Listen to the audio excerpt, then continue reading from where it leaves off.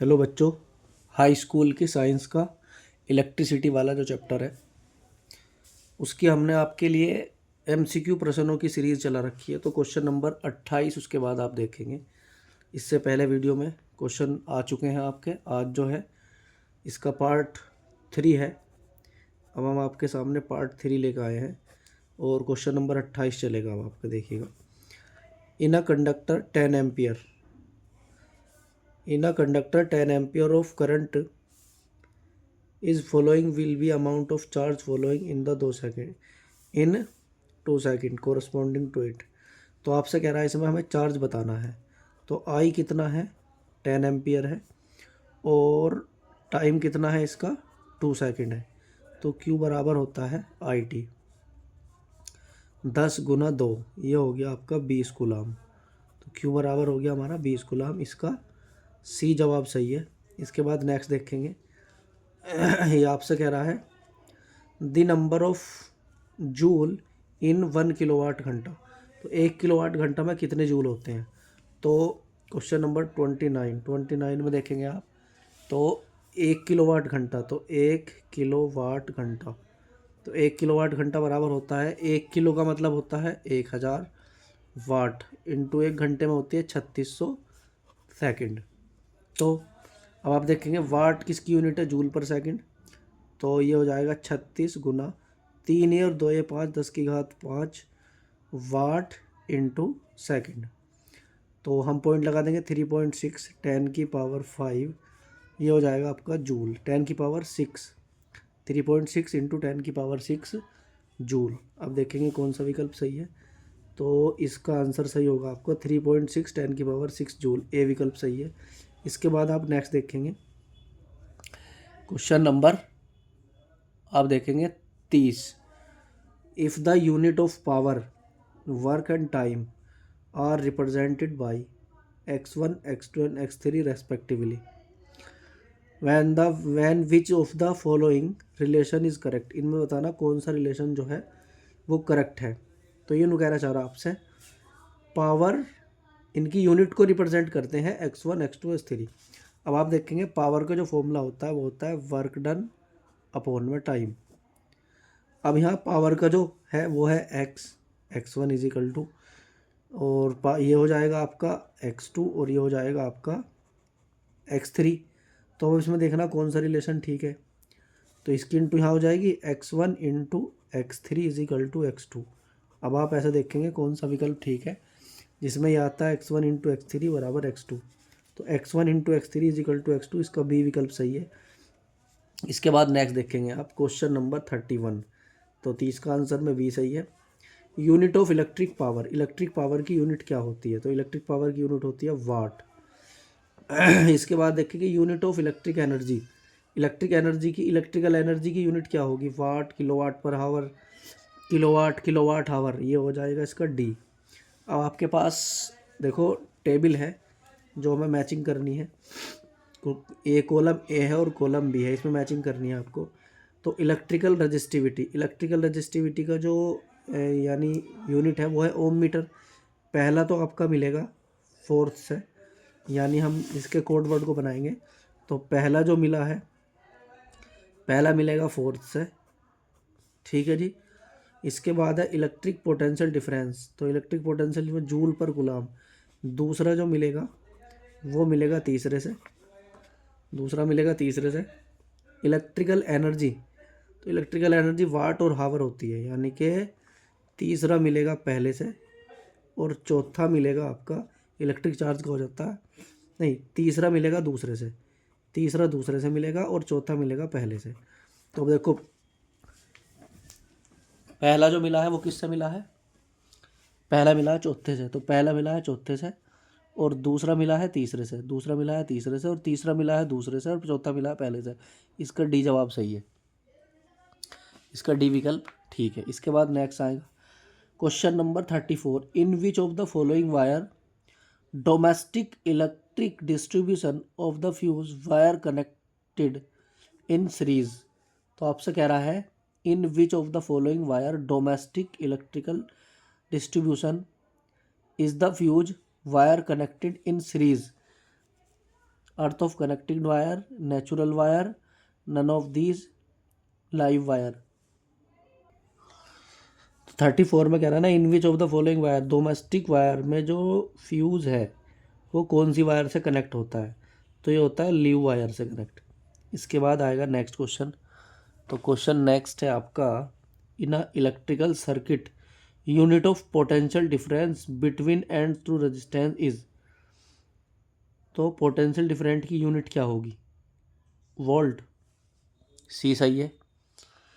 इसके बाद एक और आपको यूनिट, ये कॉलम दी गई है, ओम इलेक्ट्रिक रेजिस्टेंस से मिलेगा, पहला दूसरे से मिलेगा, पहला दूसरे से मिलेगा। वाट इलेक्ट्रिक पावर दूसरा तीसरे से मिलेगा। और एम्पियर इलेक्ट्रिक करंट तीसरा पहले से मिलेगा। और वोल्ट इलेक्ट्रिक डिफरेंस, यानी कि इसका पहला विकल्प ठीक है, इसका ये विकल्प सही है।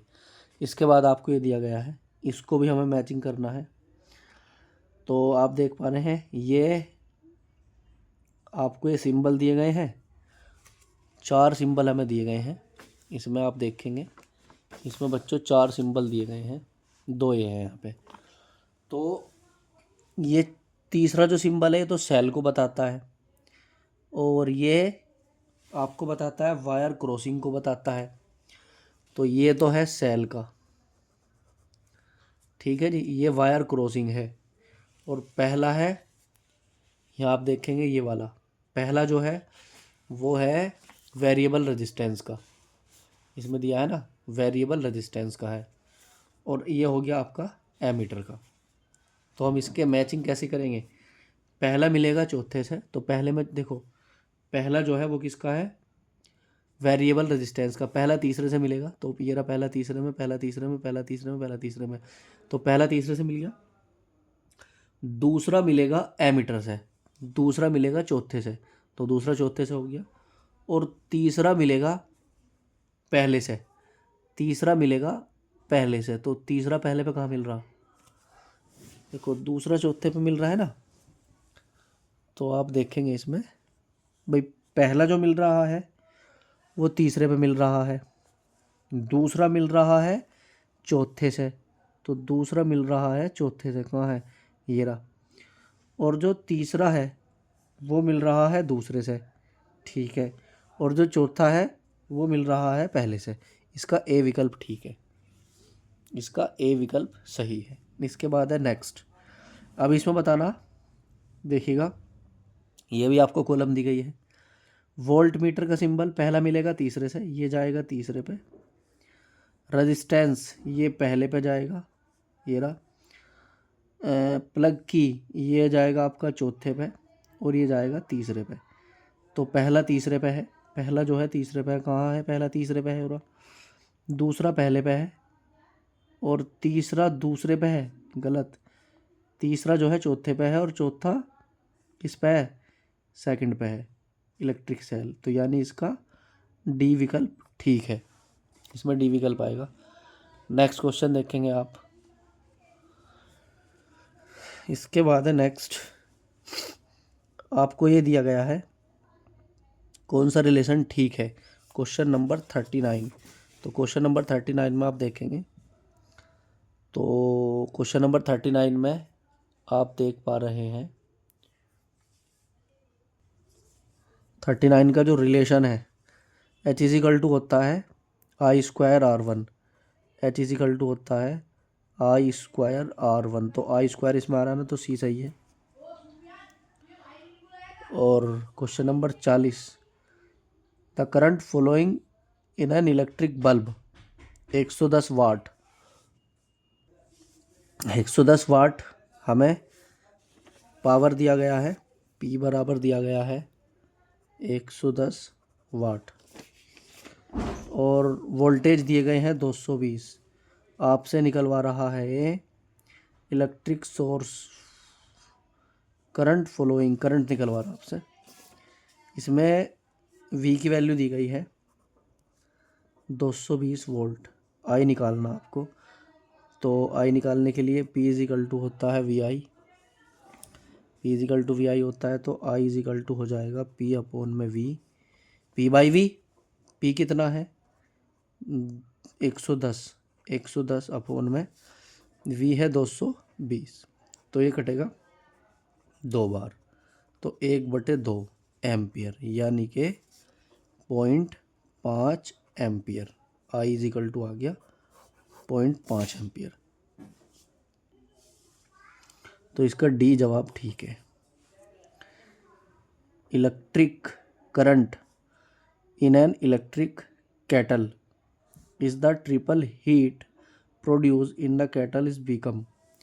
तो आपसे कह रहा करंट जो है ना, किसी केटल के अंदर करंट जो है वो ट्रिपल है, तो कितनी हीट वो प्रोड्यूस करेगी। तो H इज इक्वल टू होता है I²RT, हम इसे H1 कहेंगे। अब H2 जो है इसका ट्रिपल, तो 3I का होल स्क्वायर RT, तो H2 इज इक्वल टू हो जाएगा 9I²RT। तो I²RT किसके बराबर है, H1 के, तो H2 बराबर हो जाएगा 9 इंटू H1। तो ये जो है इसका 9 टाइम्स है, 9 गुना हो जाएगा, तो सी सही है। इसके बाद आया आपका नेक्स्ट क्वेश्चन ये वाला। आप देखेंगे 2 conducting wire same material length and diameter join in a series and electric circuit and then parallel, what will be the ratio heat generated series and parallel combination. अच्छा, तो आपसे ये कहना चाह रहा है 2 कंडक्टिंग वायर है सेम मटेरियल की, लेंथ डायमीटर, उनकी लेंथ तो डायमीटर भी क्या है, सेम है। पहले उन्हें सीरीज में जोड़ा जाता है, उसके बाद उन्हें पैरेलल में जोड़ा जाता है, तो हीट का रेशियो क्या होगा। तो देखो बच्चों कैसे करेंगे इसे। सबसे पहले हमारे पास 2 वायर है, आप देखेंगे ये हमारे पास 2 वायर है, ठीक है जी। तो जिसका रेजिस्टेंस R1 है, ये कोई दूसरी वायर है, हमने इन्हें पहले सीरीज़ में जोड़ा है। तो सीरीज़ में जब जोड़ेंगे तो सीरीज़ कॉम्बिनेशन का फॉर्मूला हो जाएगा RS is equal to R1 plus R2।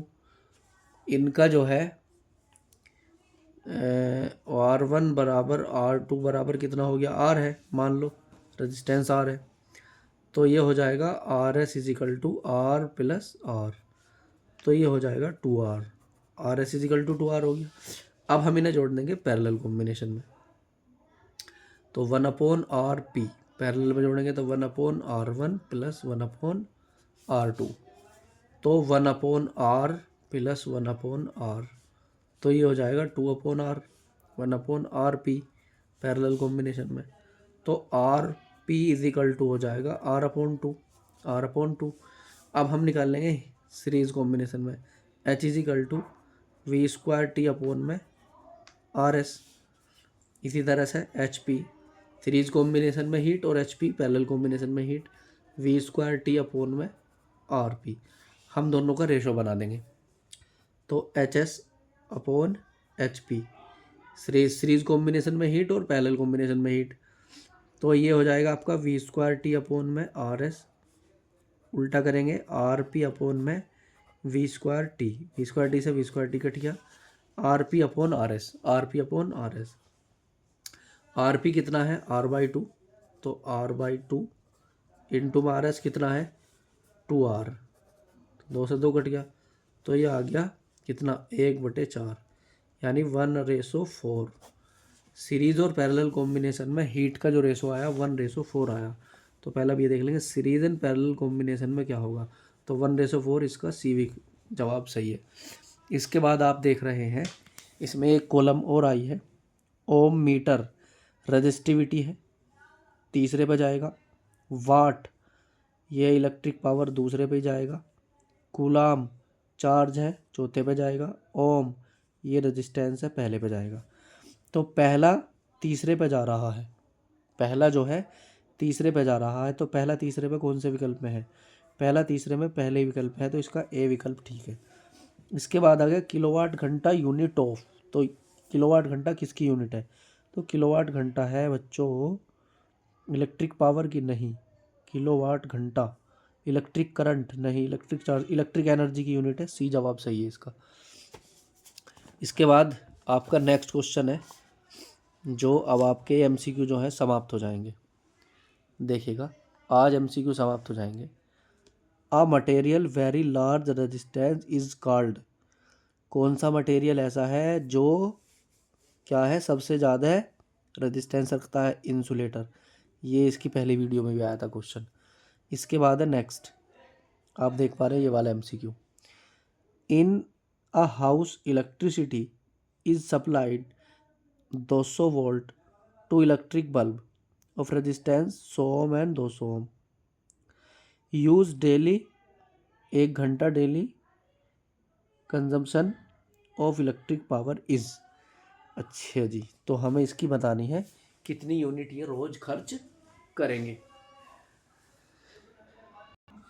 तो देखिए बच्चों, इस क्वेश्चन का सॉल्यूशन, इसमें वोल्टेज जो है वो 200 वोल्ट है और electric bulb resistance and 200 ohm are use daily of the house for 1 घंटा। 1 घंटे रोज़ यूज लिए जाते हैं इलेक्ट्रिक बल्ब ऑफ रेजिस्टेंस इतना। कह रहा in house of electricity supply तो 2 इलेक्ट्रिक बल्ब, अच्छा 2 इलेक्ट्रिक बल्ब है जिनके रेजिस्टेंस हमें दिए गए हैं। R1 is equal to 100 ohm, R2 is equal to 200 ohm. तो ये कहना चाह रहा बच्चों, 1 घंटा रोज़ प्रयोग में लाए जाते हैं तो कितनी पावर इनकी होगी, पावर निकालनी हमें। तो हम P1 बराबर निकाल लेंगे V² upon R1। V² upon R1। V² कितना है, V की वैल्यू कितनी होगी 200 इंटू 200 अपॉन R1 हो जाएगा 100। तो ये कट गया, 2 दूनी 4, 400 वाट। ठीक, अब हम निकाल लेंगे P2। V² upon R2। V हो गया 200 गुना में 200 अपॉन में 200, 200 से 200 कट के कितना आ गया 200 वाट। ठीक है जी। अभी कह रहा 1 घंटा रोज़ प्रयोग में लाए जाते हैं तो इन दोनों की कितनी यूनिट होगी, 400 और 200 600। तो P इज इक्वल टू हो जाएगा P1 प्लस P2। तो 400 वाट प्लस 200 वाट तो कितनी होगी 600 वाट। और रोज़ जानना 1 घंटा यूज़ में लाए जाते हैं तो गुना में 1 घंटा। तो ये हो जाएगा आपका कितना 600 वाट घंटा। तो इसका बी विकल्प सही है। आज आपके लिए एमसीक्यू प्रश्न आए हैं, ठीक है ना। इसके बाद आपके जो आएंगे बच्चों वर्णात्मक प्रश्न आएंगे, यानी कि